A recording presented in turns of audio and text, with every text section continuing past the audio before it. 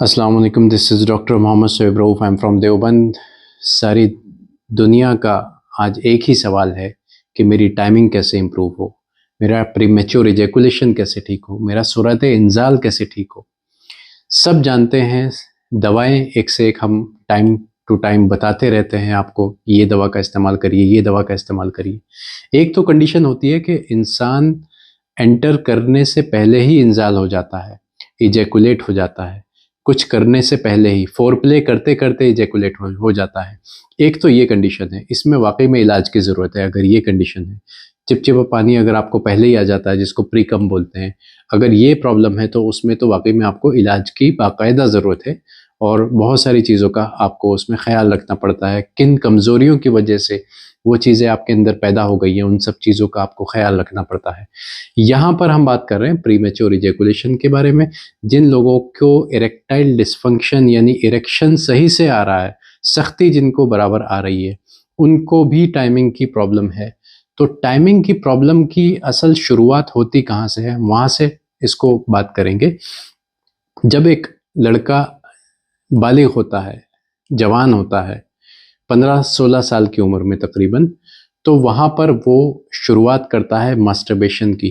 Masturbation एक ऐसी चीज़ है जो हमें एक ऐसा एडिक्शन दे जाता है जो शराब के एडिक्शन के बराबर है, या मैं कहूँगा कि उससे भी ज़्यादा ख़तरनाक है।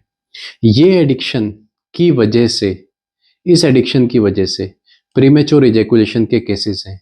80% मैं मानता हूँ कि प्रीमेच्योर इजैकुलेशन सूरत इंज़ाल के जो केसेस हैं वो मास्टरबेशन की वजह से हैं, मास्टरबेशन के बिगड़े हुए हैं।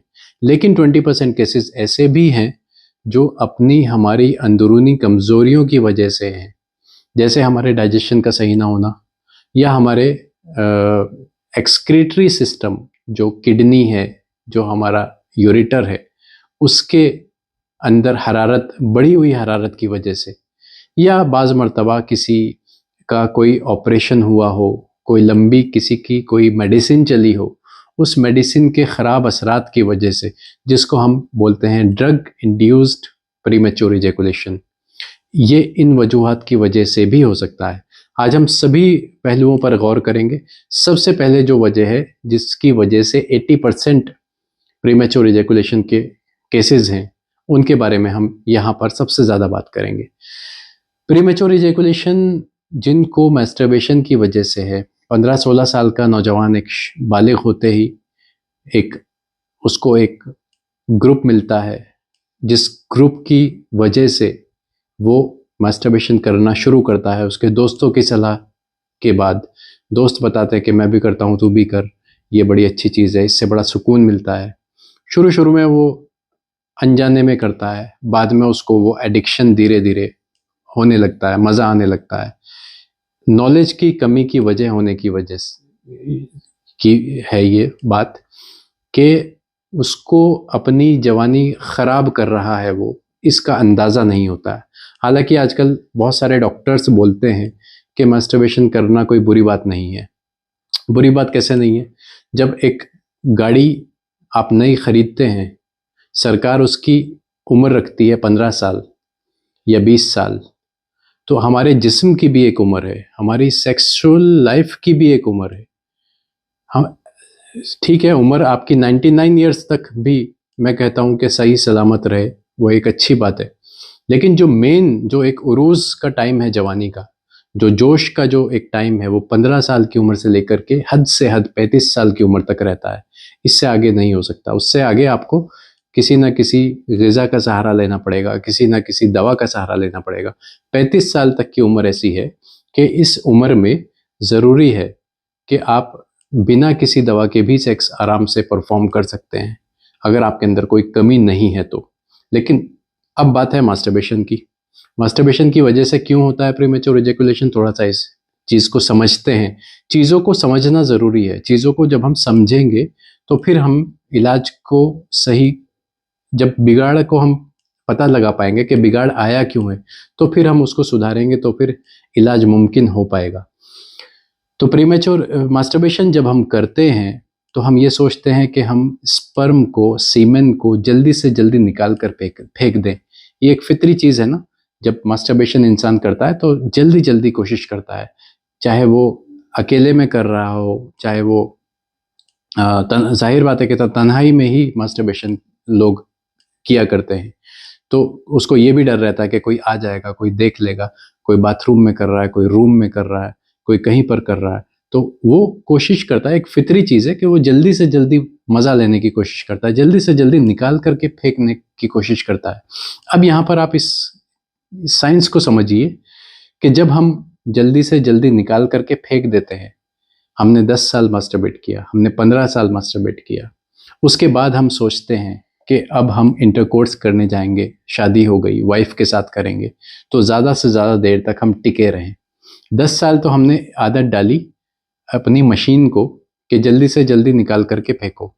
फिर उसके बाद हम आदत डालेंगे कि हम ज़्यादा से ज़्यादा देर तक हम कोशिश करेंगे कि ज़्यादा से ज़्यादा देर तक टिके रहें। ये पॉसिबल ही नहीं है। जब आपने आदत डाल दी अपने पेनिस को, अपने दिमाग को कि ये जल्दी निकालना है, फिर आपने कोशिश कर रहे हैं कि इंटरकोर्स के टाइम पर आप ज़्यादा से ज़्यादा देर तक टिके रहें, फिर आपकी शुरुआत होती है दवाओं के ऊपर डिपेंड रहने की। अब आप कोशिश करते हैं कि मैं दवा के ऊपर डिपेंड हो जाऊं, या मैं कोई दवा ऐसी इस्तेमाल कर लूं जिससे मेरी टाइमिंग बढ़ जाए। टाइमिंग बढ़ेगी कैसे? आपने पहले ही उसको कम करने की आदत डाल दी अपनी मशीन को, अपने जिस्म को, अपने दिमाग को।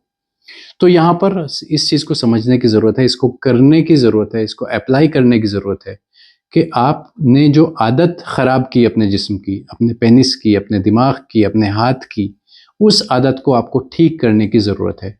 जब आप इंटरकोर्स, अब आपने आदत ख़राब कर ली, 10 साल गुजर चुके, 15 साल गुजर चुके, 20 साल गुजर चुके, आदत आपकी अब ख़राब हो चुकी।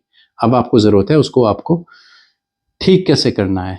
ठीक करने के लिए हमें क्या करना है कि हमें, जब हम इंटरकोर्स की शुरुआत करते हैं, सबसे पहले अगर जिनकी नई नई शादी हुई है वो अपनी वाइफ को समझाएं कि देखो अभी मेरा एक नई शुरुआत है, मैं इस चीज़ के बारे में बहुत ज़्यादा जानता नहीं हूँ, तो अगर मुझसे कोई गलती हो तो उसको थोड़ा सा कोऑपरेट करें, थोड़ा सा उनको समझाना ज़रूरी है ताकि वो उस चीज़ को समझ जाएं। तो आप जब स्टार्टिंग करें, शुरुआत करें, फर्स्ट टाइम जाएं, या आपको 2-4 साल शादी को हो भी चुके, 5-7 साल भी हो चुके, बहुत सारे लोगों को 15 साल हो चुके, 10 साल हो चुके, 20 साल हो चुके, अभी भी उनको प्रॉब्लम यही है कि प्रीमेच्योर इजैकुलेशन उनको रहता है, आदत नहीं उनको मास्टरबेशन की गई अभी तक। तो उस आदत को ठीक करने के लिए हम एक यहाँ पर आपको टिप्स बताते हैं, उसको करना आपको ज़रूरी है।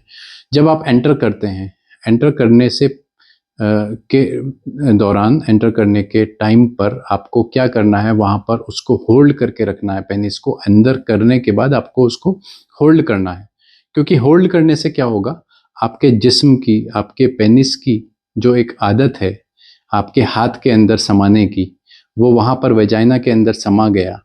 अब उसको आदत है आपके हाथों की स्किन की, आपके हाथ की स्किन ठंडी होती है और वेजाइना के अंदर का जो टेम्परेचर है वो गर्म होता है, वो उसमें उसकी गर्मी को बर्दाश्त नहीं कर पाता और वो पिघल जाता है। इसको बोलते हैं प्रीमेच्योर इजैकुलेशन। अब आपको उसको आदत डालनी है कि आपको अब हाथ नहीं पकड़ना, आपको अब अंदर रहना है, आपको अंदर की गर्मी को बर्दाश्त करना है। उस गर्मी को बर्दाश्त करने के लिए आप बाज़ मर्तबा हम प्री वेडिंग, शादी से पहले कुछ ऑयल्स का भी इस्तेमाल करने के लिए दिया करते हैं जो गर्म मिजाज के होते हैं, ताकि आपको थोड़ी सी उससे गर्मी बर्दाश्त होने लगे। या फिर आप शादी के बाद आप उसको इस तरीके से कंट्रोल करेंगे कि वहाँ जा कर के उसको अंदर ही होल्ड करके आपको कम से कम 2 से 3 मिनट, 4 मिनट, 5 मिनट आपको होल्ड करना है।